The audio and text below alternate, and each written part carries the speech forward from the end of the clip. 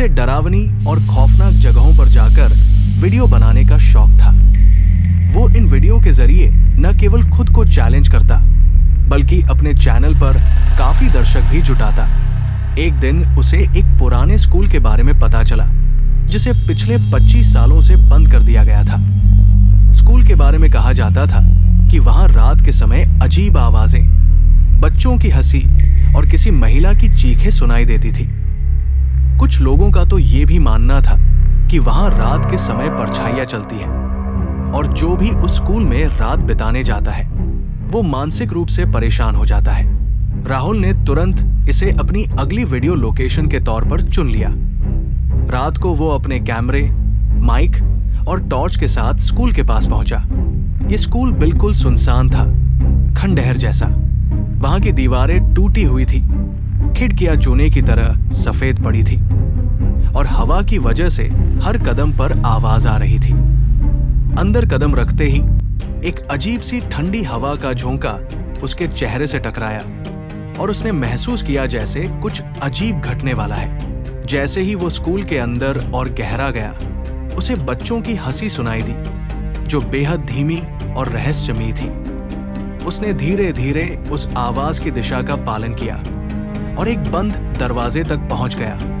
राहुल ने वो दरवाजा खोला, लेकिन अंदर घना अंधेरा था। जैसे ही उसने कदम बढ़ाया, अचानक उसके कंधे पर किसी ने हाथ रखा। वो घबराकर पलटा, पर वहां कोई नहीं था। कैमरे में भी कुछ गड़बड़ हो रही थी और एक पल के लिए उसने देखा कि एक छोटी बच्ची की परछाई खड़ी हुई थी और वो उसे घूर रही थी। राहुल ने डर को दबाया और रिकॉर्डिंग जारी रखी। अब तो डर और बढ़ चुका था, क्योंकि वो लगातार बच्चों की हंसी, खड़खड़ाती आवाजें और फर्नीचर के खिसकने की आवाजें सुन रहा था।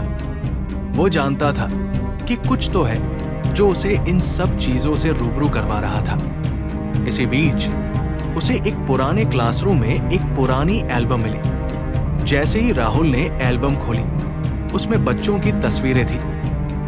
हर तस्वीर में एक महिला टीचर दिख रही थी, जिसकी आंखें काली थी, जैसे किसी भूतिया प्रेत की तरह। ये दृश्य राहुल को बहुत विचलित कर गया। अचानक उसे एहसास हुआ कि इस स्कूल के बारे में कोई बहुत गहरी सच्चाई है, जिसे वो अब तक नहीं जानता था। उसने तुरंत अगले दिन स्कूल की पुरानी रिकॉर्ड्स की खोज शुरू की और कुछ वक्त बाद वो एक पुराने सरकारी दफ्तर में जाकर स्कूल की फाइलें देखने में कामयाब हुआ।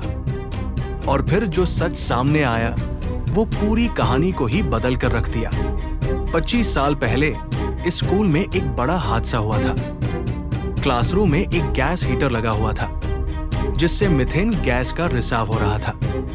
एक सर्दी की रात गैस का रिसाव इतना बढ़ गया कि 23 बच्चे और एक महिला शिक्षक उसी कमरे में बेहोश हो गए और दम घुटने से सभी की मौत हो गई। इसके बाद स्कूल को तत्काल बंद कर दिया गया, लेकिन गैस का असर अभी भी दीवारों और फर्श में मौजूद था। चीजें और भी अजीब हो गई जब राहुल ने जाना कि उन दिनों में गैस लीक के बारे में ज्यादा नहीं जाना गया था और उसे इस तरह से मानसिक असर डालने के बारे में भी कोई जानकारी नहीं थी। उन सभी लोगों को जो स्कूल में अंदर रहते थे, खासकर रात के समय, गैस के प्रभाव से मानसिक भ्रम होने लगता था।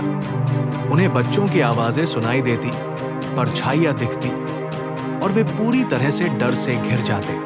यही कारण था कि स्थानीय लोग इसे भूत प्रेत का साया मानते थे। लेकिन असलियत तो ये थी कि गैस के कारण मानसिक भ्रम और दिमागी स्थिति बिगड़ी हुई थी। राहुल ने अपनी खोज को वीडियो के जरिए लोगों के सामने रखा और बताया कि ये सब गैस के प्रभाव का नतीजा था। उसे एहसास हुआ कि सच्चाई हमेशा डरावनी नहीं होती और बहुत बार हमें जो डर लगता है वो किसी तर्कसंगत कारण से ही होता है।